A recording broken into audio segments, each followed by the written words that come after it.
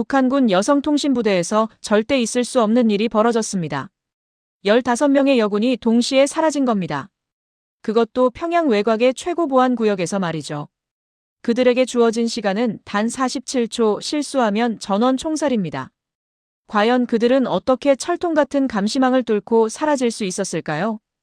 여러분의 구독과 좋아요가 이런 진실을 세상에 알리는 힘이 됩니다.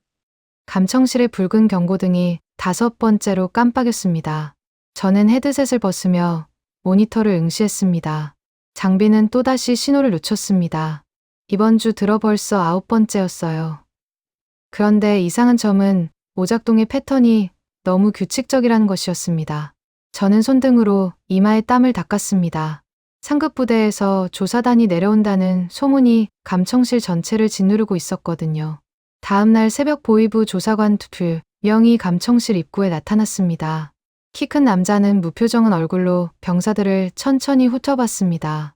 저와 동료들은 긴장한 채 자세를 고쳐잡았습니다. 조사관은 무거운 발걸음으로 걸어들어오며 근무일지를 펼쳤습니다. 그의 시선이 한 명 한 명에게 오래 머물렀어요. 등에서 식은땀이 흐르는 게 느껴졌습니다. 조사관은 마침내 차가운 목소리로 입을 열었습니다. 이번 주 감청 로그를 전부 제출하십시오. 방 전체가 얼어붙은 듯 조용해졌습니다. 조사관은 그날부터 감청실에 상주하기 시작했습니다. 매일 아침 출근하듯 나타나 로그 기록을 하나하나 뒤지기 시작했습니다. 저는 근무 중에도 뒤에서 지켜보는 시선을 느꼈습니다. 다른 병사들도 마찬가지였어요. 점심시간에도 조사관은 자리를 뜨지 않았습니다. 병사들은 숨소리조차 조심스러웠습니다. 키보드를 누를 때마다 손이 떨렸어요. 감청실은 이제 감옥처럼 느껴졌거든요. 그날 오후 3명의 병사가 갑자기 호몽됐습니다. 한대림, 박혜진, 정샘이었습니다. 조사관은 서류를 들고 3사람을 똑바로 바라봤습니다. 임시 조치입니다. 따라오십시오. 3사람은 창백한 얼굴로 일어섰습니다. 저는 불안한 시선으로 그들의 뒷모습을 바라봤어요. 다른 병사들도 숨을 죽이고 지켜볼 뿐이었습니다. 그런데 해가 지고 밤이 깊어져도 3사람은 돌아오지 않았어요. 다음 날에도 그 다음 날에도 마찬가지였습니다. 감청실의 분위기는 순식간에 절망으로 바뀌었죠. 병사들은 서로를 의심하기 시작했습니다. 복도에서 마주치면 눈길을 피했습니다. 누군가 장비를 고의로 망가뜨렸다는 소문이 은밀히 퍼졌습니다. 동료들의 시선이 예전과 완전히 달라졌다는 걸 느낄 수 있었습니다. 식사 시간에도 대화가 끊겼어요. 누군가 말을 걸면 다들 경계하듯 한두 마디만 주고받았습니다. 저는 혼자 구석에 앉아 밥을 먹었습니다. 숟가락을 들 때마다 손이 떨렸어요. 내부 분위기가 이렇게 무너지는 건 처음이었거든요. 혼자 야간 근무를 서면서 장비 로그를 다시 정밀하게 확인했습니다. 오작동 기록을 시간대별로 정리하며 하나하나 짚어봤습니다. 그때 이상한 패턴이 눈에 들어왔습니다. 신호가 끊기는 시간이 매번 정확히 같았습니다. 저는 손목시계로 직접 측정해봤어요. 정확히 47초였습니다.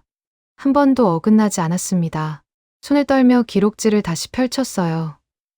이건 단순한 고장이 아니라 의도적으로 설계된 신호 공백이었죠. 며칠 뒤 정치부에서 긴급 지시가 하달했습니다.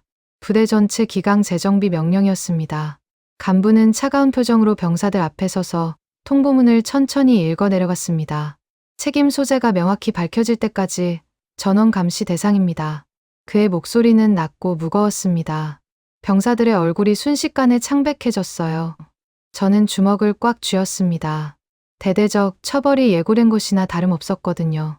배급량이 그 다음 날부터 눈에 띄게 줄어들었습니다.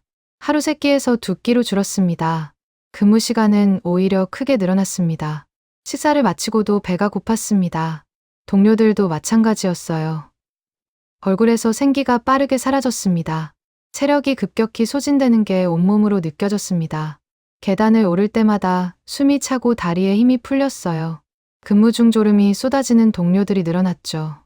어느 날 밤 상급자의 지시로 감청실 폐쇄 구역에 들어가게 됐습니다. 오래된 장비 점검 명령을 받았거든요. 먼지 두껍게 쌓인 캐비닛을 조심스럽게 열었습니다. 오래된 서류들이 가득했습니다. 그중 갈색 파일 하나를 꺼내 펼쳤을 때 손이 멈췄습니다. DMZ 감시 장비 신호 코드표라는 제목이 선명하게 보였어요. 저는 숨을 참으며 내용을 한 줄 한 줄 읽어 내려갔습니다. 거기엔 군사분계선 인근의 감시망 배치도와 신호 공백 시간대가 상세히 적혀 있었습니다. 심장이 빠르게 뛰기 시작했어요. 다음 날 아침 조사관이 다시 감청실에 나타났습니다. 이번엔 추가 신문을 선언했습니다. 남은 병사들 전원이 대상이었습니다. 한 명씩 불러서 다시 조사하겠습니다. 조사관의 목소리는 이전보다 훨씬 더 날카로웠습니다. 병사들은 극도의 공포에 질렸어요. 저는 떨리는 손을 감추려 주머니에 깊이 넣었습니다. 끌려간 3명처럼 자신도 언제든 사라질 수 있다는 생각이 머릿속을 가득 채웠습니다. 조사관은 명단을 들고 천천히 병사들을 둘러봤어요. 그날 밤 침대에 누웠지만 잠을 이루지 못했습니다. 천장을 멍히 바라보며 숨을 고르려 애썼습니다. 하지만 심장은 계속 빠르게 뛰었습니다. 천천히 몸을 일으켜 앉았습니다. 작은 창문으로 밖을 바라봤어요. 어둠 속에서 철조망이 희미하게 보였습니다. 저는 속으로 조용히 되뇌었습니다. 예술 떠나지 않으면 우리도 사라진다. 그 순간 눈빛이 달라졌어요. 결심이 섰죠. 시퀀스 이 6천만 7천자. 저는 며칠 동안 신중하게 관찰했습니다. 동료들의 표정을 살폈습니다. 누가 먼저 무너질지, 누가 끝까지 버틸지 파악하려 했어요. 그런데 놀랍게도 남은 병사들 모두 같은 두려움을 품고 있었습니다. 끌려간 3명의 빈자리는 너무 컸습니다. 그날 밤 저는 화장실에서 한 동료와 마주쳤어요. 저는 조용히 속삭였습니다. 오늘 밤 창고 뒤편에서 만납시다. 상대는 잠시 망설이다 고개를 끄덕였거든요. 첫 비밀 모임은 부대 외곽 낡은 창고 뒤편에서 열렸습니다. 제가 먼저 도착해 주변을 살폈습니다. 한 명씩 조심스럽게 모여들었습니다. 어둠 속에서 15명 전원이 모였을 때 긴장감이 공기를 가득 채웠어요. 모두 숨을 죽이고 서 있었습니다. 제가 낮은 목소리로 입을 열었습니다. 우리는 선택해야 합니다. 이곳에 남아 끌려가느냐, 아니면 살기를 찾느냐. 아무도 대답하지 않았지만 모두의 눈빛이 변했어요. 상황을 공유할 시간이었죠. 저는 품에서 작은 종이를 꺼냈습니다. 감청실에서 발견한 DMZ, 감시 장비 신호 코드표였습니다. 제가 확인한 결과 감시 장비에 정확히 47초 공백이 있습니다. 제 목소리는 떨렸지만 확신에 차 있었어요. 병사들은 숨을 죽이고 그 말을 들었습니다. 한 명이 조심스럽게 물었습니다. 47초면 너무 짧지 않습니까? 저는 고개를 끄덕였습니다. 그래서 우리에겐 기술이 필요합니다. 그때 한 대림이 한 걸음 앞으로 나섰거든요. 대림은 기술병 출신답게 차분하게 설명하기 시작했습니다. 전력 우회 회로를 만들 수 있습니다. 그녀의 말에 모두가 집중했습니다. 잠시 장비의 전력 공급 경로를 일시적으로 우회시키면 공백 시간을 늘릴 수 있어요. 다른 병사가 불안한 목소리로 물었습니다. 얼마나 늘릴 수 있습니까? 대림은 잠시 생각하더니 대답했습니다. 90초까지 가능합니다. 그 말에 희망의 기운이 퍼지기 시작했어요. 하지만 경로가 문제였죠.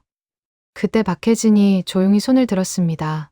그녀는 부대 경비병 출신이었습니다.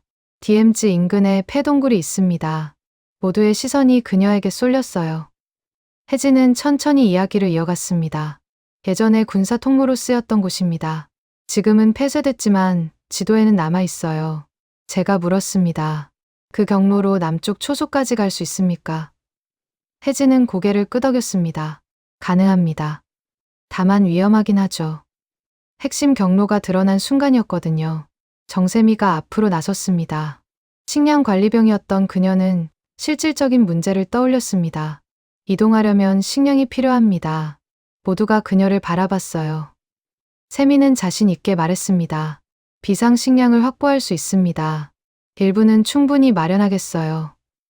그녀의 말에 안도의 한숨이 흘러나왔습니다. 또 다른 병사가 물었습니다. 이동수단은 어떻게 합니까? 그때 조혜안이 나섰습니다. 제가 화물차를 확보하겠습니다. 운전 가능자였던 그녀의 제안이었죠. 은지숙이 마지막으로 손을 들었습니다. 총무병이었던 그녀는 위장에 대해 고민했습니다. 야간에 이동하려면 완벽한 위장이 필요합니다. 다들 고개를 끄덕였어요. 지숙은 계획을 설명했습니다. 군복과 장비를 교체하면 됩니다. 검문에 걸려도 정상 이동처럼 보이게 만들 수 있어요. 그녀의 꼼꼼함에 모두 감탄했습니다. 하지만 여전히 두려움은 남아 있었습니다. 한 병사가 떨리는 목소리로 말했습니다. 실패하면 우리 모두 죽습니다. 침묵이 흘렀거든요. 저는 무거운 목소리로 말했습니다. 받습니다. 실패하면 끝입니다. 저는 동료들을 하나하나 바라봤어요. 하지만 여기 남아도 결과는 같습니다. 그때 한 병사가 반대 의견을 냈습니다. 너무 위험합니다. 차라리 조사를 받는 게 낫지 않습니까? 다른 병사들도 흔들리는 기색을 보였습니다. 하지만 제가 차분하게 대답했습니다. 대림, 혜진, 세미는 이미 돌아오지 않았습니다. 그 말에 모두 입을 다물었어요. 사라진 동료들이 가장 강력한 설득이 됐죠. 결국 15명 전원이 동참하기로 결정했습니다. 제가 다시 입을 열었습니다. 실행일은 부대 전력 점검일 밤입니다. 그날은 장비 점검으로 경계가 일시적으로 느슨해지는 시간이었어요. 모두 그 의미를 이해했습니다. 저는 종이를 꺼내 역할 분담을 시작했습니다. 대림은 전력 회로를, 혜진은 경로 안내를, 세미는 식량을, 헤라는 운전을, 지숙은 위장 준비를 맡습니다. 각자 자신의 역할을 확인했어요. 남은 병사들도 짐 운반과 경계 임무를 나눠 맡았죠. 마지막으로 제가 엄숙하게 말했습니다. 우리는 이제 한 몸입니다. 제 목소리는 무겁지만 단단했습니다. 한 명이라도 흔들리면 모두가 위험에 빠집니다. 실패하면 처형될 수 있다는 걸 모두 알고 있어야 합니다. 병사들은 서로를 바라봤어요. 누구도 도망칠 수 없었습니다. 모두가 같은 운명에 묶였습니다. 제가 손을 내밀었습니다. 함께 살아남읍시다. 15개의 손이 포개졌어요.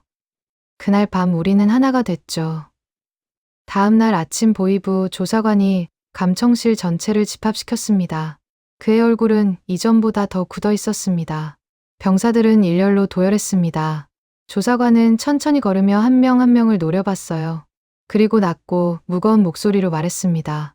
추가 자백이 없을 경우 강제 처벌을 진행하겠습니다. 그 말에 병사들의 얼굴이 창백해졌습니다. 저는 주먹을 꽉 쥐었어요. 시간이 얼마 남지 않았다는 걸 온몸으로 느꼈죠. 그날 오후 한 병사가 저를 몰래 찾아왔습니다. 그녀는 떨리는 목소리로 말했습니다. 저는 못하겠습니다. 너무 무섭습니다. 눈가에는 눈물이 맺혀 있었어요. 저는 그녀의 손을 잡았습니다. 지금 포기하면 우리 모두 끝입니다. 차분하지만 단호한 목소리였습니다. 당신만 남는 게 아닙니다. 15명이 함께 사라지는 겁니다. 병사는 고개를 떨구었어요.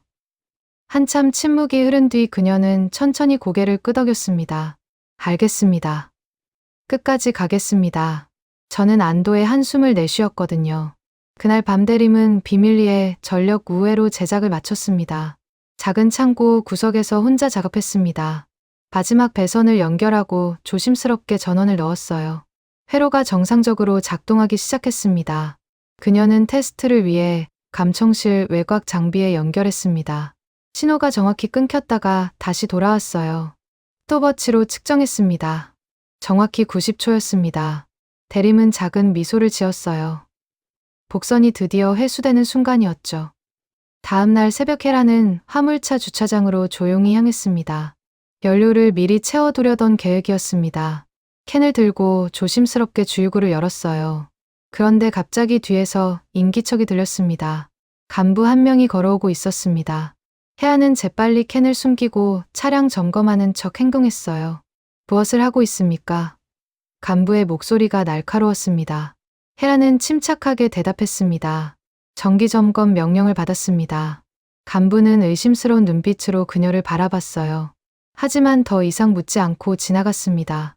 혜아는 식은땀을 닦으며 위기를 넘겼죠. 세미는 식량 창고에서 조용히 비상 식량을 빼돌렸습니다. 배출 기록을 조작해야 했습니다. 장부를 펼쳐놓고 숫자를 하나하나 바꿔 적었어요. 다른 날짜의 소비량을 분산시켜 기록했습니다. 누가 봐도 자연스러운 흐름이었습니다. 마지막으로 도장을 찍고 장부를 제자리에 놓았어요. 그녀는 가방 안에 숨겨둔 식량을 확인했습니다. 15명이 이틀 동안 버틸 분량이었습니다. 세미는 조용히 창고 문을 잠그고 나왔어요. 흔적 제거에 성공한 순간이었죠. 저는 야간 순찰을 핑계로 폐동굴 루트를 직접 확인하러 나섰습니다. 지도를 품에 넣고 어둠 속을 조심스럽게 걸었습니다. 태동굴 입구 근처까지 접근했어요. 그런데 예상과 달리 경계 초소가 새로 생겨 있었습니다. 최신 배치였습니다. 저는 숨을 죽이고 관찰했습니다. 초소의 위치와 경계병의 이동 패턴을 머릿속에 새겼어요. 저는 지도에 수정사항을 표시했습니다. 원래 경로보다 우회해야 했습니다. 조금 더 위험하지만 가능한 경로였어요. 저는 조용히 돌아왔죠. 다음날 감청실 내부에 이상한 소문이 퍼지기 시작했습니다. 누군가 기록을 조작했다더라. 병사들 사이에서 속삭임이 커졌습니다. 조사관은 그 소문을 듣자마자 표정이 굳었어요. 즉시 로그 재검토 명령을 내렸습니다. 감청실 분위기가 더욱 팽팽해졌습니다. 병사들은 서로를 더 강하게 의심했어요. 저는 불안감이 커지는 걸 느꼈습니다. 조사가 더 강화되면 준비 시간이 부족할 수도 있었습니다. 저는 동료들에게 은밀히 신호를 보냈어요. 서둘러야 합니다. 모두가 그 의미를 이해했죠. 그날 오후 정치부에서 긴급 발표가 나왔습니다. 병력 재배치 명령이었습니다. 간부가 통보문을 읽었습니다. 일부 병사는 즉시 다른 부대로 이동할 것입니다. 그 말에 감청실 전체가 술렁였어요. 누가 이동 대상인지 아직 발표되지 않았습니다. 하지만 이동 명령이 떨어지면 탈출 계획은 무산될 수밖에 없었습니다. 저는 동료들과 눈빛을 교환했어요. 모두 같은 생각이었습니다. 시간이 없었습니다. 그날 밤 비밀 모임에서 15명 전원이 모였어요. 지금 아니면 끝입니다. 누군가 말했습니다. 모두가 공감했죠. 시퀀스 3 6천만 7천자. 실행일 전날 밤이 됐습니다. 저는 마지막으로 15명을 소집했습니다. 낡은 창고 뒤편에서 최종 브리핑이 시작됐습니다. 내일 밤이 우리의 마지막 기회입니다. 제 목소리는 차분했지만 긴장감이 담겨 있었어요. 저는 하나하나 점검했습니다. 대림, 회로는 준비됐습니까? 대림이 고개를 끄덕였습니다. 헤란, 차량은 확보됐습니까? 헤란도 긍정의 대답을 했어요. 세미, 식량은? 세미가 가방을 두드렸습니다. 저는 수정된 경로를 펼쳐 보였습니다. 경계 초소가 추가됐습니다. 우회 경로로 갑니다. 모두 지도를 똑똑히 확인했어요. 마지막으로 제가 15명을 천천히 둘러봤습니다. 내일 밤 우리는 다시 태어납니다. 그 말에 모두가 결연한 표정으로 고개를 끄덕였죠. 실행일 밤이 됐습니다. 저는 손목 시계를 확인했습니다. 계획된 시간까지 1시간이 남았습니다. 15명은 각자 위치에서 대기하고 있었어요. 아무도 서두르지 않았습니다. 평소처럼 근무하는 척 행동했습니다. 저는 감청실 모니터 앞에 앉아 침착함을 유지했어요. 하지만 심장은 격렬하게 뛰고 있었습니다. 손바닥에 땀이 맺혔습니다. 시간이 천천히 흘러갔거든요. 첫 번째 신호가 떨어졌습니다. 제가 복도로 나섰습니다. 다른 병사들도 하나씩 자리를 떠나기 시작했어요. 시간차를 두고 움직였습니다. 누가 봐도 자연스러운 이동이었습니다. 화장실 가는 척, 자료 찾는 척, 각자 핑계를 만들었어요. 감청실 외곽 비상통로 근처에 하나둘씩 모여들었습니다. 제가 마지막으로 주변을 살폈습니다. 경비병은 보이지 않았어요. 저는 작게 손짓했습니다. 15명 전원이 그림자처럼 이동했죠. 대림은 전력 제어실로 조용히 들어갔습니다. 미리 준비해둔 우회 회로를 꺼냈습니다. 손이 떨렸지만 침착하게 배선을 연결했어요. 마지막 스위치를 올리는 순간 심장이 멎을 것 같았습니다. 회로가 작동하기 시작했습니다. 감시 장비의 신호등이 하나씩 꺼져갔어요. 대림은 스톱워치를 작동시켰습니다. 정확히 90초였습니다. 그녀는 통로로 뛰어나가 신호를 보냈어요. 지금입니다. 제가 외쳤습니다. 15명이 일제히 움직이기 시작했죠. 저는 감청실 컴퓨터 앞으로 달려갔습니다. 출입 기록 삭제를 시작했습니다. 키보드를 빠르게 두드렸어요. 15명 전원의 오늘 이동 기록이 하나씩 사라졌습니다. 마지막 로그까지 지워졌습니다. 저는 백업 서버도 접속해 같은 작업을 반복했어요. 이제 아무 흔적도 남지 않았습니다. 저는 컴퓨터를 끄고 재빨리 밖으로 나왔습니다. 동료들이 비상문 앞에서 기다리고 있었어요. 갑시다. 제가 속삭였습니다. 문이 조용히 열렸죠. 15명은 감청실 뒤편 비상문을 통과해 외곽으로 탈출했습니다. 어둠이 우리를 감싸줬습니다. 한 명씩 담장 아래로 몸을 숨기며 이동했어요. 경비 초소의 불빛이 멀리 보였습니다. 하지만 감시 장비가 꺼진 상태라 아무도 우리를 발견하지 못했습니다. 제가 앞장서서 경로를 안내했어요. 사전에 확인한 대로 움직였습니다. 15명은 숨소리조차 죽이며 외곽 주차장으로 향했습니다. 혜안이 준비해 둔 화물차가 어둠 속에서 기다리고 있었거든요. 혜안은 운전석에 올라타 시동키를 돌렸습니다. 그런데 엔진이 걸리지 않았습니다. 차가운 땀이 이마를 타고 흘렀어요. 다시 한번 키를 돌렸습니다. 여전히 아무 반응이 없었습니다. 뒤에서 동료들의 불안한 숨소리가 들렸어요. 혜안은 깊게 숨을 들이쉬었습니다. 세 번째 시도였습니다. 키를 천천히 돌렸어요. 엔진이 떨리며 깨어났습니다. 소리가 너무 크게 느껴졌습니다. 혜안은 재빨리 기어를 넣고 부대 외곽 도로로 진입했어요. 화물차가 조용히 어둠 속으로 미끄러져 들어갔죠. 한참을 달린 뒤 검문소가 나타났습니다. 간부 한 명이 손을 들어 정지 신호를 보냈습니다. 혜안은 차를 세웠어요. 간부가 창문을 두드렸습니다. 서류를 보여주십시오. 혜안은 미리 준비한 서류를 건넸습니다. 간부는 손전등으로 서류를 비춰봤어요. 표정이 의심스럽게 변했습니다. 이동 명령서가 이상한데요. 그 순간 대림이 무전기를 꺼내 들었습니다. 페이크 무전을 흘려보냈어요. 본부에서 긴급 이동 지시 확인, 즉시 통과시켜라. 간부는 무전기를 들으며 혼란스러워했습니다. 잠시 망설이더니 손을 흔들었어요. 통과하십시오. 화물차가 검문소를 빠져나갔죠. 부해본부에서 이상 신호가 포착됐습니다. 경계 수위가 일시적으로 상승했습니다. 순찰병들이 긴급 배치됐어요. 하지만 화물차는 이미 숲길로 접어든 뒤였습니다. 어둠 속에서 차는 계속 달렸습니다. 나무 사이로 흔들리는 그림자만 남겼어요. 저는 뒤를 돌아봤습니다. 부대의 불빛이 점점 멀어졌습니다. 저는 작게 한숨을 내쉬었어요. 첫 관문을 통과한 순간이었죠. 한참을 더 달린 끝에 폐동굴 입구가 나타났습니다. 혜란이 차를 세웠습니다. 15명이 하나씩 차에서 내렸어요. 주변은 완전한 어둠이었습니다. 제가 손전등을 켰습니다. 여기서부터는 도보로 이동합니다. 모두가 가방을 메고 동굴을 향해 걸어갔어요. 화물차는 숲속에 숨겨뒀습니다.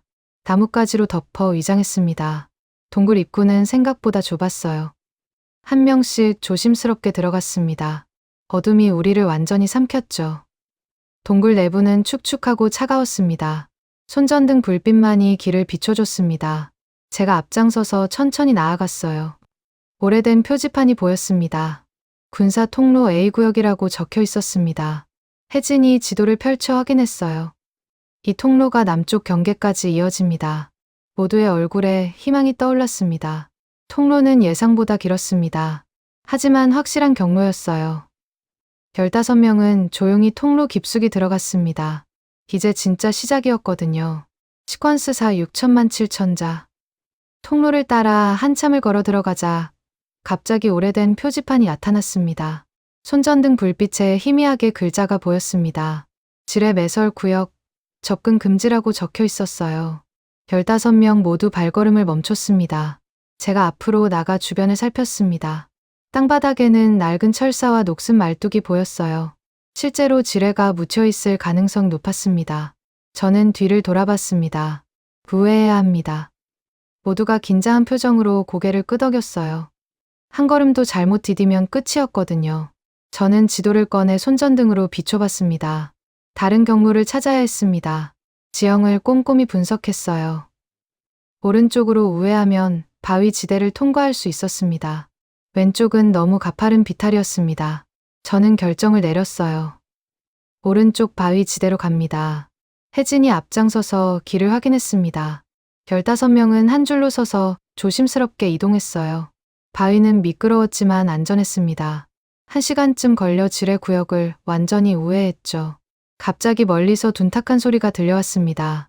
포격 훈련 소리였습니다. 땅이 미세하게 떨렸어요. 15명 모두 멈춰 섰습니다. 소리가 점점 가까워지는 것 같았습니다. 한 병사가 공포에 질린 표정으로 쪼그리고 앉았어요. 다른 병사들도 얼굴이 창백해졌습니다. 제가 낮은 목소리로 말했습니다. 훈련 구역에서 멀리 떨어져 있습니다. 괜찮습니다. 하지만 포격 소리는 계속 울려 퍼졌어요. 심장이 터질 것 같았습니다. 모두가 숨을 죽이고 앉아 있었습니다. 한참이 지나서야 소리가 멎었거든요. 다시 이동을 시작한 지 얼마 안 돼서 사고가 일어났습니다. 뒤쪽에서 비명 소리가 들렸습니다. 한 병사가 바위에 발이 걸려 넘어진 것이었습니다. 제가 재빨리 달려갔어요. 그녀는 발목을 붙잡고 괴로워하고 있었습니다. 삐었습니다. 얼굴이 고통으로 일그러졌어요. 저는 천으로 발목을 단단히 감아줬습니다. 하지만 혼자서는 걸을 수 없었습니다. 세미와 혜란이 양옆에서 그녀를 부축했어요. 우리가 교대로 도와드리겠습니다. 15명은 돌아가며 부상자를 지탱했습니다. 아무도 뒤처지지 않았죠. 해가 떠오르기 시작했습니다. 더 이상 이동할 수 없었습니다. 제가 주변을 살피다 폐허가 된 초소를 발견했어요. 지붕 일부가 무너져 있었지만 숨기엔 충분했습니다. 여기서 쉽니다. 15명이 초소 안으로 들어갔습니다. 모두 지쳐 있었어요. 세미가 비상식량을 꺼내 나눠줬습니다. 입에 넣자마자 허기가 느껴졌습니다. 물도 조금씩 나눠 마셨어요. 저는 입구를 지키며 밖을 감시했습니다. 밤까지 절대 움직이지 마십시오. 모두가 벽에 기대어 눈을 감았거든요. 해가 질 무렵 갑자기 밖에서 인기척이 들렸습니다. 제 눈이 번쩍 떴습니다. 북한군 경계조였어요. 3명이 동굴 주변을 탐색하고 있었습니다. 저는 재빨리 손으로 신호를 보냈습니다. 15명 모두 숨을 죽였어요. 경계조가 점점 초소 쪽으로 다가왔습니다. 발소리가 가까워졌습니다. 한 병사의 손이 떨리기 시작했어요. 제가 그녀의 손을 꽉 잡아줬습니다. 경계조가 초소 입구 바로 앞까지 왔습니다. 그때 무전기 소리가 울렸어요. 복귀 명령, 즉시 돌아오라. 경계조가 방향을 틀어 돌아갔습니다. 15명은 한참 뒤에야 숨을 내쉴 수 있었거든요. 저는 위기를 넘긴 뒤 다시 지도를 펼쳐봤습니다. 더 안전한 경로가 필요했습니다. 지도 구석에 희미한 표시가 보였어요. 숨겨진 우회 통로였습니다. 저는 혜진에게 지도를 보여줬습니다. 이 경로로 가면 경계조를 피할 수 있을 것 같습니다. 혜진이 고개를 끄덕였어요. 밤이 깊어지자 우리는 다시 이동을 시작했습니다. 제가 안내한 숨겨진 통로를 따라 걸었습니다. 경로는 좁았지만 안전했어요. 경계조의 흔적은 전혀 보이지 않았습니다. 제 판단이 모두를 구한 순간이었죠. 한참을 더 걸어가자 특이한 구역이 나타났습니다. 남북한 감시 장비가 중첩되는 지점이었습니다. 저는 대림에게 신호를 보냈어요. 여기서 다시 회로를 사용해야 합니다. 대림이 가방에서 작은 장비를 꺼냈습니다. 감시 신호를 교란시키는 장치였어요. 스위치를 올리자 신호등이 깜빡이기 시작했습니다. 정확히 90초였습니다. 제가 외쳤어요. 지금 뛰십시오. 15명이 일제히 달리기 시작했습니다. 중첩 구간을 통과하는데 한 사람도 빠짐없이 성공했습니다. 마지막 관문을 넘은 순간이었거든요. 남쪽을 향해 계속 걸어갔습니다. 갑자기 저 멀리 북한 경계 초소에서 강렬한 서치라이트가 하늘을 향해 움직이기 시작했습니다. 저는 급히 손을 들어 정지 신호를 보냈어요. 15명 모두 그 자리에서 얼어붙었습니다. 라이트가 천천히 우리가 있는 방향으로 회전했습니다. 조금만 더 움직이면 발각될 상황이었어요. 엎드리십시오. 제 낮은 목소리가 울렸습니다. 15명이 일제히 땅바닥에 엎드렸습니다. 서치라이트가 머리 위를 지나갔어요. 숨소리조차 내지 못했습니다. 한참을 그렇게 엎드려 있었습니다. 서치라이트는 계속 주변을 훑었습니다. 움직일 수가 없었어요. 저는 주변을 살폈습니다. 오른쪽으로 갈대밭이 보였습니다. 저는 손짓으로 방향을 가리켰어요. 15명이 기어서 천천히 이동하기 시작했습니다. 몸을 낮춘 채 한 뼘씩 나아갔습니다. 서치라이트가 다시 돌아올 때마다 멈춰야 했어요. 1시간쯤 지나서야 갈대밭에 도착했습니다. 모두 갈대 사이로 몸을 숨겼습니다. 키 큰 갈대가 우리를 완벽하게 가려줬어요. 밤새 갈대밭에서 움직이지 못했습니다.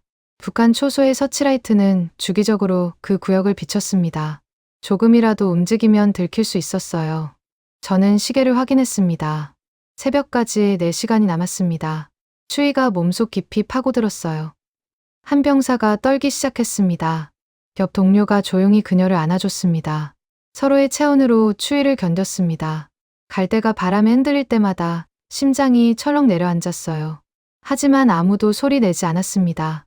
그렇게 긴 밤이 지나갔죠. 시퀀스 5 6천만 7천자. 해가 떠오르기 시작했습니다.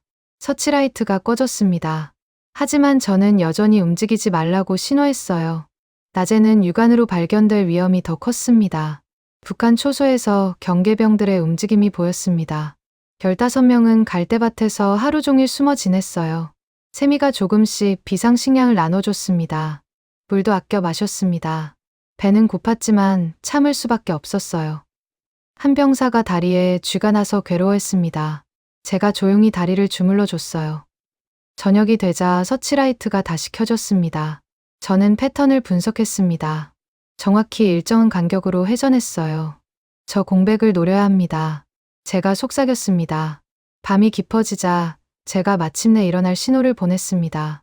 서치라이트의 공백 시간을 계산한 결과였습니다. 15명이 갈대밭에서 빠져나왔어요. 허리를 숙인 채 빠르게 이동했습니다. 나이트가 지나간 직후 다음 회전까지 시간을 최대한 활용했습니다. 북한 초소를 완전히 벗어나자 모두 안도의 한숨을 내쉬었어요. 한참을 더 걸어간 끝에 드디어 저 멀리 남한 지피의 불빛이 보였습니다. 제 가슴이 뛰기 시작했습니다. 15명은 조용히 지피 쪽으로 다가갔어요. 그런데 갑자기 서치라이트가 켜졌습니다. 한국군 경계병이 움직임을 포착한 것이었습니다. 확성기에서 목소리가 울려 퍼졌어요. 정지, 즉시 멈추시오. 15명 모두 발을 멈췄습니다. 저는 두 손을 높이 들었어요. 투항합니다. 탈북자입니다. 제 목소리가 떨렸습니다. 다른 병사들도 손을 들어 올렸어요. 서치라이트가 한 명 한 명을 비춰갔습니다. 한국군이 신중하게 접근했습니다. 무장해제 절차를 거쳤습니다. 신원 확인이 시작됐어요. 제가 차분하게 상황을 설명했습니다. 저희는 평양 외곽통신부대 소속입니다. 15명 전원 탈북을 원합니다. 한국군은 무전으로 상부에 보고했습니다. 확인 절차가 이어졌어요. 1시간쯤 지나서 최종 승인이 떨어졌습니다. 지피로 이동하십시오. 15명은 한국군의 안내를 받으며 천천히 걸었습니다. 지피 안으로 들어서는 순간 한 병사가 주저앉아 울기 시작했어요. 다른 병사들도 눈물을 흘렸습니다. 저는 하늘을 올려다봤습니다. 살아남았다는 안도감이 온몸을 감쌌거든요. 지피에서 간단한 응급 처치를 받은 뒤 15명은 군용 차량에 탑승했습니다. 보호시설로 이송되는 과정이었습니다. 차창 밖으로 처음 보는 나만의 풍경이 펼쳐졌어요. 가로등 불빛이 거리를 환하게 밝히고 있었습니다. 저는 창에 이마를 대고 그 광경을 바라봤습니다. 옆자리 동료도 같은 표정이었어요. 믿기지 않는다는 듯 눈을 깜빡였습니다. 차는 한참을 달려 어느 건물 앞에 멈춰섰습니다. 긴급 신원 조사가 기다리고 있었거든요. 보호시설의 조사관들은 15명을 하나씩 면담했습니다. 탈북 경로와 동기를 상세히 물었습니다. 저는 차분하게 모든 과정을 설명했어요. DMZ 감시 장비의 공백, 전력 우회로, 폐동굴 경로까지 빠짐없이 진술했습니다. 다른 병사들도 같은 내용을 진술했습니다. 조사관들은 15명의 진술을 교차 확인했어요. 모든 내용이 일치했습니다. 며칠 뒤 최종 판정이 나왔습니다. 진술 일치, 신원 확인 완료. 15명 모두 안도의 한숨을 내쉬었거든요. 하지만 DMZ 탈북은 매우 특이한 사례였습니다. 일반적인 중국 경유 탈북과 달랐습니다. 당국은 추가 심층 조사를 진행했어요. 군사 기밀 유출 가능성, 북한의 의도적 침투 가능성까지 검토했습니다. 저와 대림은 특히 집중 조사 대상이 됐습니다. 기술 관련 지식이 있었기 때문이었어요. 조사는 한 달 넘게 이어졌습니다. 15명은 매일 면담을 받았습니다. 지치는 과정이었지만 서로를 격려하며 버텼어요. 마침내 모든 조사가 종료됐습니다. 위험 요소 없음. 하나원 입소 승인. 새로운 시작이 허락된 순간이었죠. 하나원에 도착한 첫날 15명은 새로운 옷을 받았습니다. 처음 입어보는 민간 복장이었습니다. 거울을 보며 어색해하는 동료들의 모습이 보였어요. 저도 마찬가지였습니다. 군복이 아닌 평범한 옷을 입으니 이상한 기분이었습니다. 한국 사회 적응 교육이 본격적으로 시작됐어요. 언어, 문화, 제도, 취업 준비까지 배워야 할 게 산더미였습니다. 강의실에 앉아 수업을 듣는 게 낯설었습니다. 하지만 15명은 열심히 공부했습니다. 함께였기에 포기하지 않을 수 있었거든요. 저는 적성 검사 결과 IT 계열 훈련을 추천받았습니다.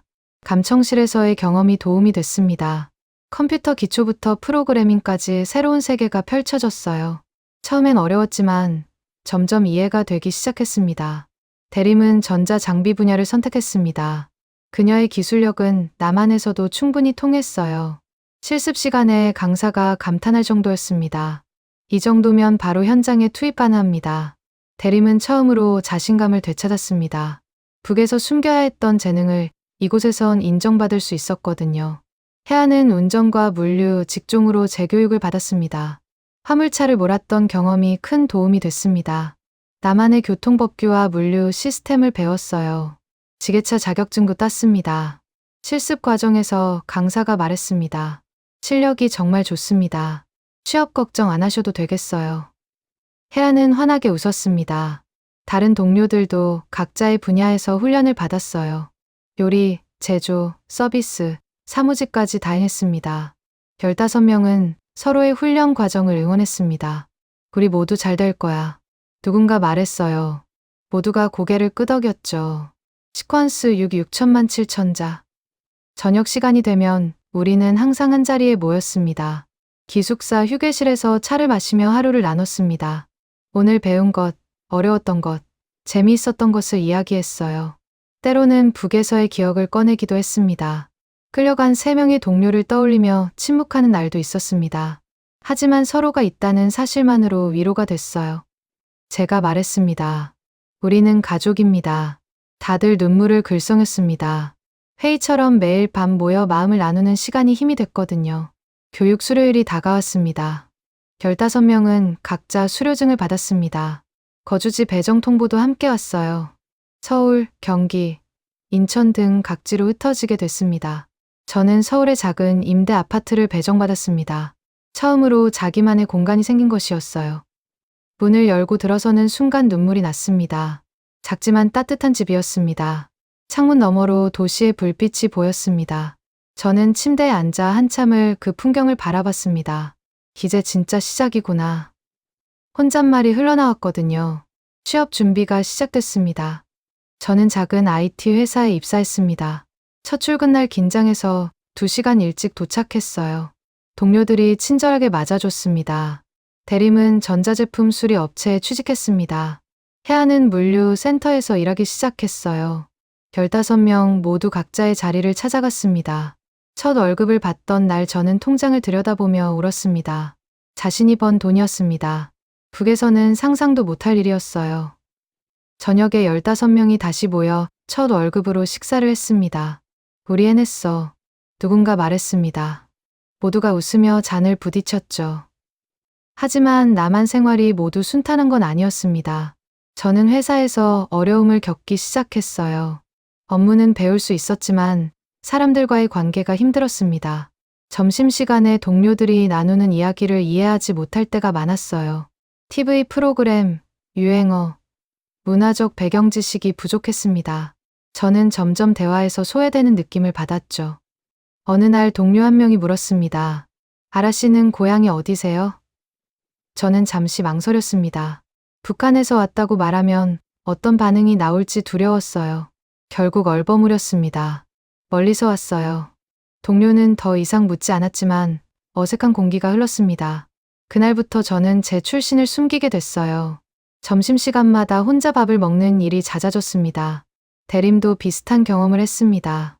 수의업체에서 실력을 인정받았지만 사람들과의 거리는 좁혀지지 않았어요. 어느 날 사장이 물었다고 했습니다. 말투가 좀 특이한데 어디 출신이세요? 대림은 솔직하게 대답했습니다. 북한에서 왔습니다. 그날 이후 사장의 태도가 달라졌다고 했어요. 일을 맡길 때마다 의심하는 눈빛이었습니다. 중요한 장비는 만지지 못하게 했습니다. 혜아는 물류센터에서 힘든 일을 도맡아 하게 됐습니다. 다른 직원들이 기피하는 야간 근무, 추운 냉동창고 작업을 주로 맡았어요. 처음엔 참았지만 점점 지쳐갔습니다. 관리자에게 항의했더니 돌아온 말은 차가웠습니다. 여기 온 지 얼마나 됐다고 벌써 불평이에요? 헤라는 그날 화장실에서 혼자 울었다고 했습니다. 15명은 다시 모였습니다. 각자의 어려움을 나눴어요. 한 동료가 말했습니다. 저는 편의점 아르바이트를 하는데 손님이 제 말투를 듣고 비웃었어요. 북한 사람이냐고 물으면서요. 다른 동료도 고개를 끄덕였습니다. 저도 비슷한 경험을 했어요. 부동산에 갔더니 탈북자라는 이유로 집주인이 거부했습니다. 세미가 조용히 말했습니다. 저는 식당에서 일하는데 주방장이 저를 계속 의심해요. 양념을 훔쳤다고, 음식을 몰래 먹었다고 의심합니다. 그녀의 목소리가 떨렸어요. 저는 아무것도 안 했는데 자꾸 도둑 취급을 받습니다. 저는 동료들의 이야기를 들으며 가슴이 아팠습니다. 우리는 목숨을 걸고 자유를 찾아왔지만 여기서도 완전히 받아들여지지 못하고 있었어요. 혜진이 한숨을 쉬었습니다. DMZ를 넘는 게 더 쉬웠던 것 같아요. 모두가 쓴웃음을 지었죠. 하지만 포기할 수는 없었습니다. 저는 회사에서 더 열심히 일했습니다. 누구보다 일찍 출근하고 늦게 퇴근했어요. 실력으로 인정받으려 노력했습니다. 프로그래밍 관련 자격증도 하나씩 따기 시작했습니다. 몇 달이 지나자 팀장이 저를 불렀어요. 아라 씨, 일을 정말 열심히 하시네요. 다음 프로젝트의 핵심 개발자로 투입하겠습니다. 그 말에 저는 눈물이 날 뻔했습니다. 드디어 인정받는다는 느낌이었어요. 프로젝트를 성공적으로 마쳤을 때 동료들이 박수를 쳐줬습니다. 점심시간에 한 동료가 말을 걸었어요. 아라 씨 덕분에 프로젝트가 잘 됐어요. 오늘 같이 점심 먹을래요? 저는 환하게 웃으며 고개를 끄덕였습니다. 대림도 변화를 만들어갔습니다. 사장의 의심에도 불구하고 묵묵히 일했어요. 어느 날 다른 수리 기사가 해결하지 못한 고장을 대림이 단번에 고쳐냈습니다.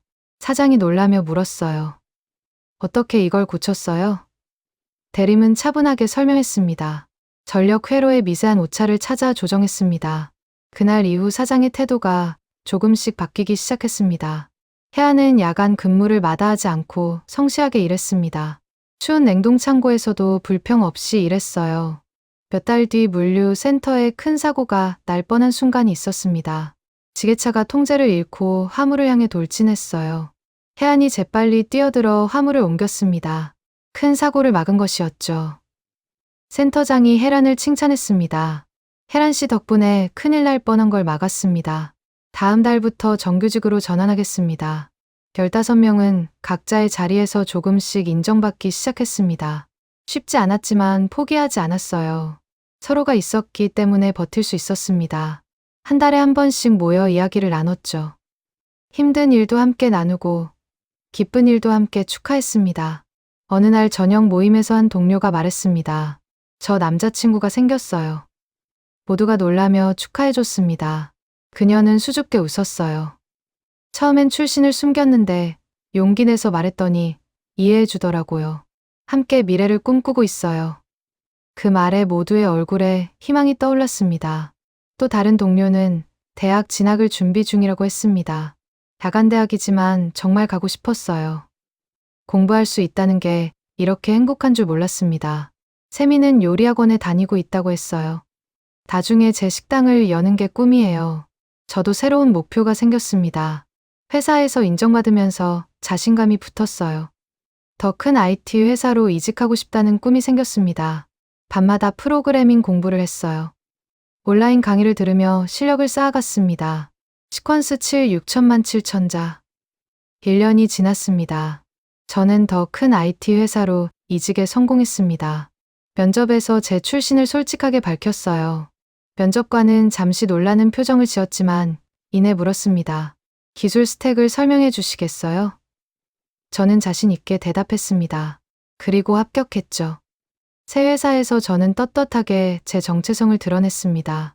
숨기지 않기로 결심했어요. 첫 팀 회의에서 자기소개 시간이 있었습니다. 저는 깊게 숨을 들이쉬고 말했어요. 저는 북한에서 왔습니다. 3년 전 DMZ를 넘어 이곳에 왔고 지금은 여러분과 함께 일하게 됐습니다. 회의실이 조용해졌습니다. 한 동료가 손을 들었어요. DMZ를 직접 넘으셨다고요? 대단하시네요. 다른 동료들도 관심을 보였습니다. 어떤 과정이었는지 궁금해요. 저는 간단히 설명했습니다. 그날 이후 동료들은 저를 다르게 대하지 않았어요. 오히려 더 궁금해하고 배려해줬습니다. 대림은 수리업체에서 팀장으로 승진했습니다. 사장이 직접 제안했어요.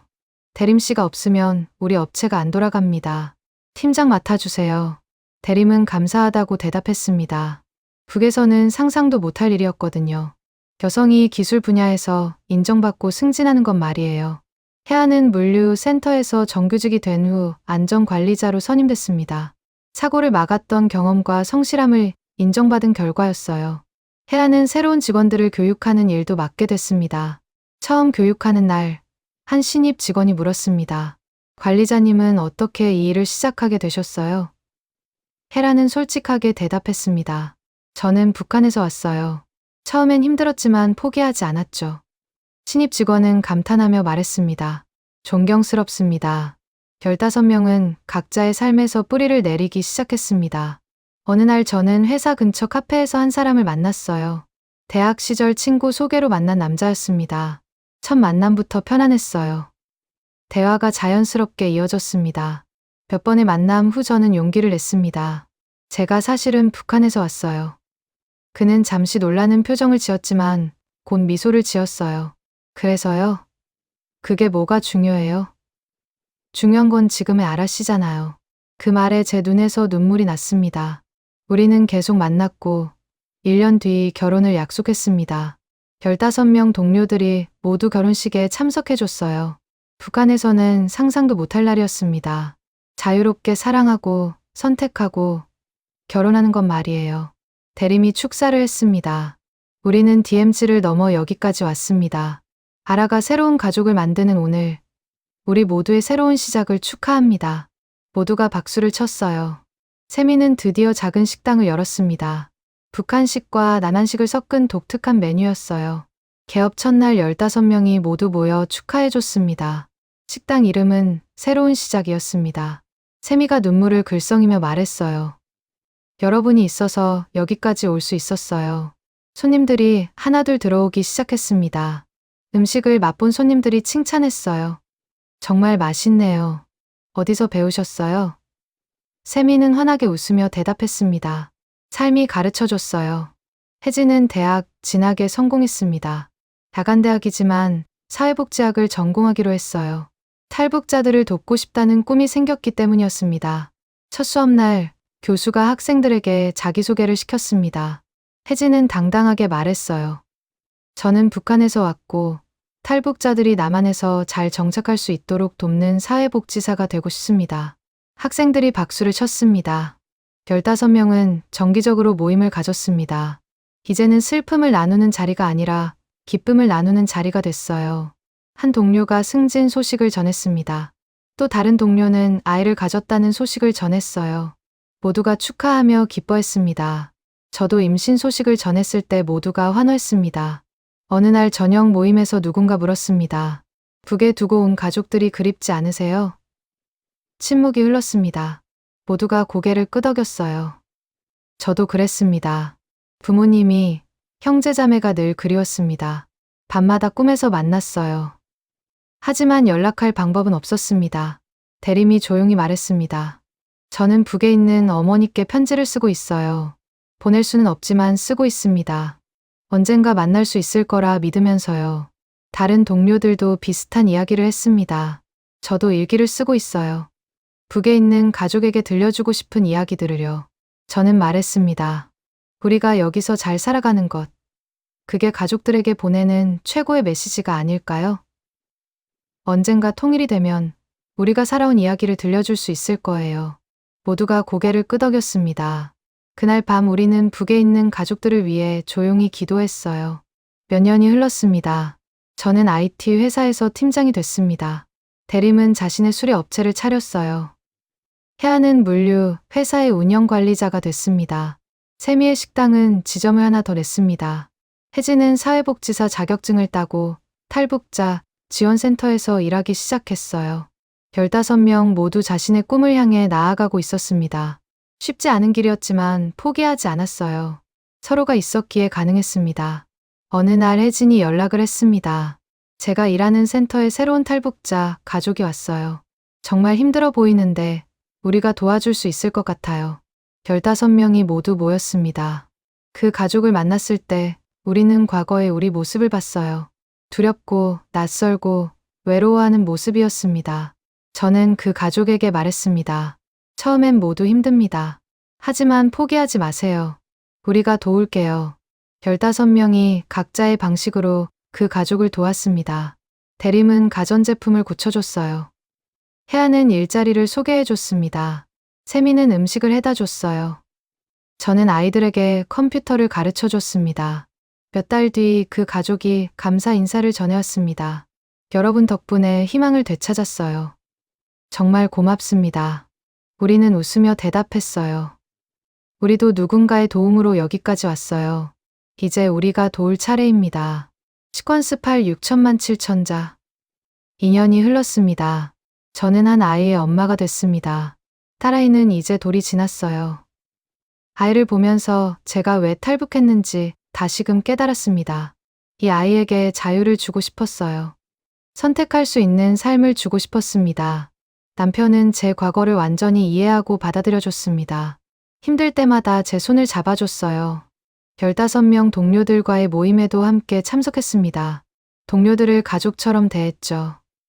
아이도 15명 동료들을 이모, 고모처럼 따르기 시작했습니다. 대림은 결혼하지 않았지만 자신의 사업으로 성공하기 시작했습니다. 수의 업체는 직원이 5명으로 늘어났어요. 대림은 탈북자들을 우선적으로 고용했습니다. 그들에게 기술을 가르쳐주고 자립할 수 있도록 도왔어요. 어느 날 한 직원이 물었습니다. 사장님은 왜 우리 같은 사람들을 이렇게 도와주세요? 대림은 미소를 지었습니다. 나도 도움을 받았으니까요. 이제 내가 도울 차례죠. 혜아는 물류센터에서 정규직이 된 후 팀장으로 승진했습니다. 회사에서 신뢰받는 관리자가 됐어요. 혜란도 결혼 준비 중이었습니다. 약혼자는 혜란의 과거를 자랑스럽게 여겼습니다. DMZ를 넘은 용기 있는 사람과 결혼하게 됐다고 친구들에게 말하곤 했어요. 세미의 식당은 이제 2개의 지점을 운영하게 됐습니다. 지역신문에도 소개될 정도로 알려지기 시작했어요. 인터뷰에서 세미는 자신의 이야기를 솔직하게 밝혔습니다. 저는 북한에서 왔습니다. 그곳에서는 배고픔이 일상이었어요. 이곳에 와서 음식으로 사람들을 행복하게 만들고 싶었습니다. 기사가 나간 후 식당에는 더 많은 손님이 찾아왔습니다. 응원의 메시지도 많이 받았어요. 혜진은 사회복지사로서 많은 탈북자를 돕기 시작했습니다. 정착 과정에서 겪는 어려움을 누구보다 잘 이해했어요. 상담할 때마다 자신의 경험을 나눴습니다. 저도 여러분과 같은 길을 걸었어요. 힘들지만 반드시 나아질 겁니다. 혜진의 진심 어린 조언은 많은 탈북자들에게 희망이 됐습니다. 15명은 여전히 정기적으로 모였습니다. 이제는 각자의 가족들도 함께하는 모임이 되어가고 있었어요. 아이들이 뛰어노는 모습을 보며 우리는 웃었습니다. 우리가 이루고 싶었던 미래가 바로 이거였어요. 자유롭게 살아가는 것, 가족을 이루는 것, 꿈을 향해 나아가는 것. 어느 날 모임에서 한 동료가 제안했습니다. 우리 이야기를 영상으로 만들면 어떨까요? 다른 탈북자들에게도 희망을 줄 수 있을 것 같아요. 모두가 동의했습니다. 몇 달 동안 우리는 각자의 이야기를 정리했어요. DMZ를 넘던 그날의 기억, 남한에서의 어려움, 극복의 과정, 그리고 희망의 메시지까지. 영상이 공개됐을 때 많은 사람들이 시청해줬습니다. 특히 탈북자들에게 큰 반향을 일으켰어요. 한 탈북자가 댓글을 남겼습니다. 영상을 보고 포기하지 않기로 결심했어요. 저도 여러분처럼 새로운 삶을 시작하겠습니다. 그 댓글을 읽으며 우리는 눈물을 흘렸습니다. 우리의 이야기가 누군가에게 힘이 된다는 게 믿기지 않았어요. 저는 회사에서 과장으로 승진했습니다. 북한 출신으로는 매우 빠른 승진이었어요. 승진 소식을 들었을 때 가장 먼저 15명 동료들에게 연락했습니다. 우리 해냈어. 모두가 축하해줬습니다. 저녁에 모여 축하 파티를 열었어요. 남편과 아이, 15명 동료들과 그들의 가족들이 모두 모였습니다. 파티가 끝나갈 무렵 저는 모두 앞에서 말했습니다. 2년 전 우리는 DMZ를 넘었습니다. 목숨을 걸고 자유를 찾아왔어요. 그때는 살아남는 것만으로도 벅찼습니다. 제 목소리가 떨렸습니다. 하지만 우리는 살아남았을 뿐만 아니라 여기서 뿌리를 내리기 시작했습니다.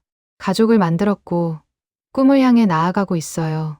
이 모든 것이 우리가 함께였기에 가능했습니다. 대림이 일어나 말했습니다. 우리는 15명이 아니에요. 이제는 우리 가족들까지 합쳐 더 큰 가족이 되어가고 있습니다. 그녀는 주변을 둘러봤어요. 우리는 서로를 포기하지 않았고, 그래서 여기까지 왔습니다. 모두가 박수를 쳤습니다. 세미가 눈물을 글썽이며 말했습니다. 끌려간 3명의 동료를 잊지 않아요. 대림, 혜진, 샘. 그를 위해서라도 우리는 더 잘 살아야 합니다. 모두가 고개를 숙였습니다. 잠시 묵념의 시간이 흘렀어요. 그들이 있었기에 우리도 결심할 수 있었습니다. 혜란이 손을 들었습니다. 우리는 이제 다음을 위해 무엇을 할 수 있을까요? 좋은 질문이었습니다. 혜진이 대답했습니다. 우리가 받은 도움을 다른 탈북자들에게 나눠야 해요. 그들이 정착하는 데 도움을 줘야 합니다. 모두가 동의했습니다. 저는 말했습니다. 우리가 이룬 것들을 다른 탈북자들과 나눠야 해요. 그들이 정착하는 데 도움을 줘야 합니다. 15명이 함께 새로운 프로젝트를 시작하기로 했어요. 작은 탈북자 정착 지원 모임을 만들기로 했습니다. 각자의 전문성을 살려 취업 지원, 기술 교육, 심리 상담을 제공하기로 했죠. 몇 달 뒤 모임이 정식으로 시작됐습니다. 첫 모임 날 여러 탈북자들이 찾아왔어요. 저는 인사말을 했습니다. 우리는 2년 전 DMZ를 넘어 이곳에 왔습니다. 많은 어려움을 겪었지만 포기하지 않았어요. 이제 우리가 받은 도움을 돌려줄 차례입니다. 모임을 통해 많은 탈북자들을 도왔습니다. 일자리를 찾아주고, 기술을 가르쳐주고, 마음의 상처를 치유해줬어요. 한 탈북자가 감사 인사를 전했습니다. 여러분 덕분에 새 삶을 시작할 수 있었어요. 정말 고맙습니다. 저는 그의 손을 잡았습니다. 우리도 누군가의 도움으로 여기까지 왔어요. 이제 함께 걸어가요. 어느 날 저녁 집에 돌아왔을 때 남편이 아이와 놀아주고 있었습니다. 평화로운 광경이었어요. 이것이 제가 꿈꿨던 미래였습니다. 저는 아이를 안아 올렸습니다. 아이는 환하게 웃었어요. 이 아이는 자유 속에서 자라고 있습니다. 제가 꿈꿨던 미래가 바로 이것이었어요. 밤에 남편과 이야기를 나눴습니다. 통일이 되면 어떻게 될까요? 남편이 물었습니다. 저는 창밖을 바라봤어요. 북에 두고 온 가족들을 만날 수 있겠죠. 살아계신다면 말이에요. 남편이 제 손을 잡았습니다. 그날이 오면 함께 가요. 저도 당신 가족을 만나고 싶어요. 어느 날 15명이 다시 모였습니다. 특별한 날이었어요. DMZ를 넘은 지 정확히 2년이 되는 날이었습니다. 우리는 조용히 그날을 회상했습니다. 47초의 공백, 90초의 기회, 폐동굴을 지나던 순간, 갈대밭에서 숨죽이던 밤, 모든 기억이 생생했어요. 저는 동료들에게 말했습니다. 우리는 DMZ를 넘었습니다. 그 순간 우리는 다시 태어났어요. 하지만 진짜 여정은 그 후에 시작됐습니다. 2년 동안 우리는 새로운 삶을 일궈왔습니다. 쉽지 않았지만 포기하지 않았어요. 대림이 고개를 끄덕였습니다.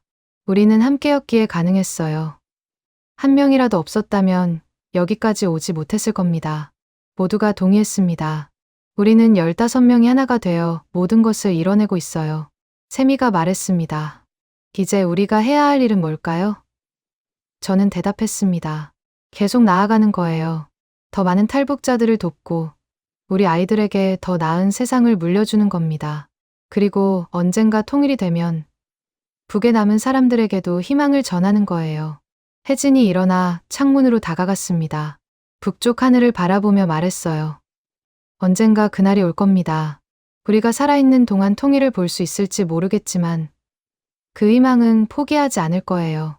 모두가 그녀 옆에 섰습니다. 함께 북쪽 하늘을 바라봤어요. 혜란이 조용히 말했습니다. 끌려간 3명의 동료에게도 이 이야기를 들려주고 싶어요. 우리가 여기서 얼마나 잘 살고 있는지, 그들의 희생이 헛되지 않았다는 걸 말이에요. 모두가 눈물을 글썽였습니다. 저는 15명의 손을 하나로 모았습니다. 2년 전 낡은 창고 뒤편에서 우리가 처음 손을 맞잡았던 것처럼요. 우리는 다시 한번 약속했습니다. 함께 살아가겠다고, 서로를 포기하지 않겠다고, 희망을 잃지 않겠다고. 그날 밤 집으로 돌아가는 길, 저는 하늘을 올려다봤습니다. 별이 가득했어요. 북한에서도 이 별들을 봤습니다. 2년 전 탈북을 결심했던 그날 밤에도 이런 별들이 있었어요. 별은 변하지 않았지만 제 삶은 완전히 바뀌었습니다. 집에 도착해 잠든 아이를 보았습니다. 평화롭게 자고 있었어요. 이 아이는 자유 속에서 자라고 있습니다. 제가 꿈꿨던 미래가 바로 이것이었어요. 저는 아이의 이마에 키스했습니다. 엄마가 여기까지 온 이유는 너였어. 속삭였습니다. 남편이 거실에서 차를 준비하고 있었습니다. 함께 앉아 차를 마셨어요. 오늘 어땠어요? 남편이 물었습니다. 저는 미소를 지었습니다. 좋았어요. 2년 전의 우리와 지금의 우리를 비교하니 감회가 새로웠어요. 남편이 제 손을 잡았습니다. 당신은 정말 대단한 사람이에요. 저는 고개를 저었습니다. 우리가 대단한 거예요. 15명이 함께였기에 가능했어요. 그날 밤 일기를 썼습니다. 북에 있는 부모님께 언젠가 보여드릴 일기였어요. 어머니, 아버지, 저는 잘 살고 있어요. 여기서 가족을 만들었고 꿈을 향해 나아가고 있어요. 언젠가 다시 만날 수 있기를 바랍니다. 그때 제 이야기를 모두 들려드릴게요. 눈물이 일기장에 떨어졌습니다. 15명은 계속 앞으로 나아갔습니다. 새로운 도전을 멈추지 않았어요. 더 많은 탈북자를 돕고 사회에 기여하며 희망의 메시지를 전했습니다. 우리의 이야기는 끝나지 않았습니다. 새로운 장이 계속 펼쳐지고 있었어요. 저는 창밖을 바라봤습니다. 서울의 야경이 아름답게 펼쳐져 있었어요. 2년 전 DMZ를 넘던 그날 밤, 이런 풍경을 꿈꿨습니다. 그 꿈이 현실이 되어가고 있어요. 우리는 DMZ를 넘었습니다. 그리고 진짜 삶을 시작했습니다. 15명이 함께 한 명도 포기하지 않고 여기까지 왔습니다. 대림은 더 큰 사업을 준비하고 있었습니다. 혜아는 곧 결혼식을 올릴 예정이었어요. 세미는 3번째 지점 오픈을 계획 중이었습니다. 혜진은 석사 과정 진학을 준비하고 있었죠. 나머지 동료들도 각자의 자리에서 꿈을 향해 나아가고 있었습니다. 우리는 여전히 어려움을 겪고 있었습니다. 완벽하게 정착한 것은 아니었어요. 여전히 편견과 맞서야 했고 북에 두고 온 가족에 대한 그리움도 컸습니다. 하지만 포기하지 않았어요. 함께였기 때문에 버틸 수 있었습니다. 어느 날 한 방송국에서 연락이 왔습니다. 우리의 이야기를 다큐멘터리로 만들고 싶다는 제안이었어요. 15명이 모여 논의했습니다. 처음엔 망설였지만 결국 동의했어요. 우리의 이야기가 더 많은 사람들에게 희망이 될 수 있다면 그것도 의미 있는 일이라고 생각했습니다. 촬영이 시작됐습니다.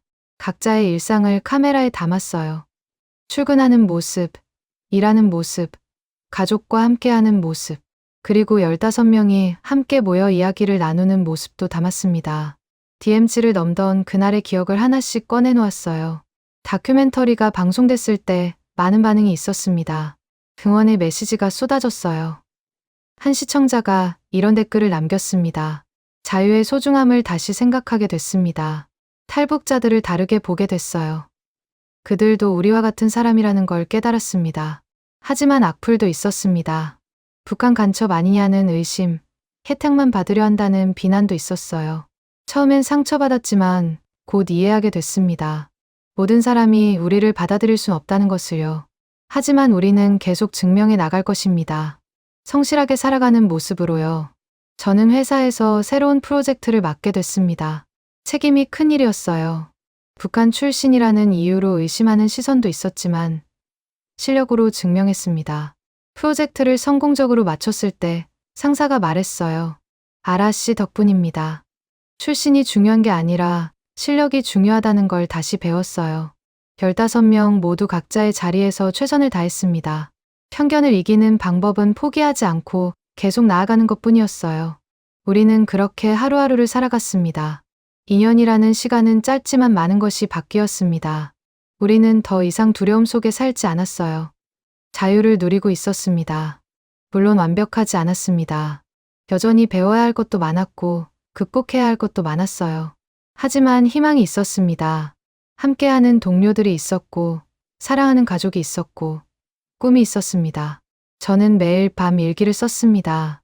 북에 있는 부모님께 언젠가 보여드릴 이야기들이었어요. 오늘도 한 줄을 적었습니다. 어머니, 아버지, 저는 오늘도 잘 살았어요. 아이가 첫걸음을 뗐습니다. 이 기쁨을 함께 나누고 싶어요. 언젠가 꼭 만날 수 있기를 바랍니다.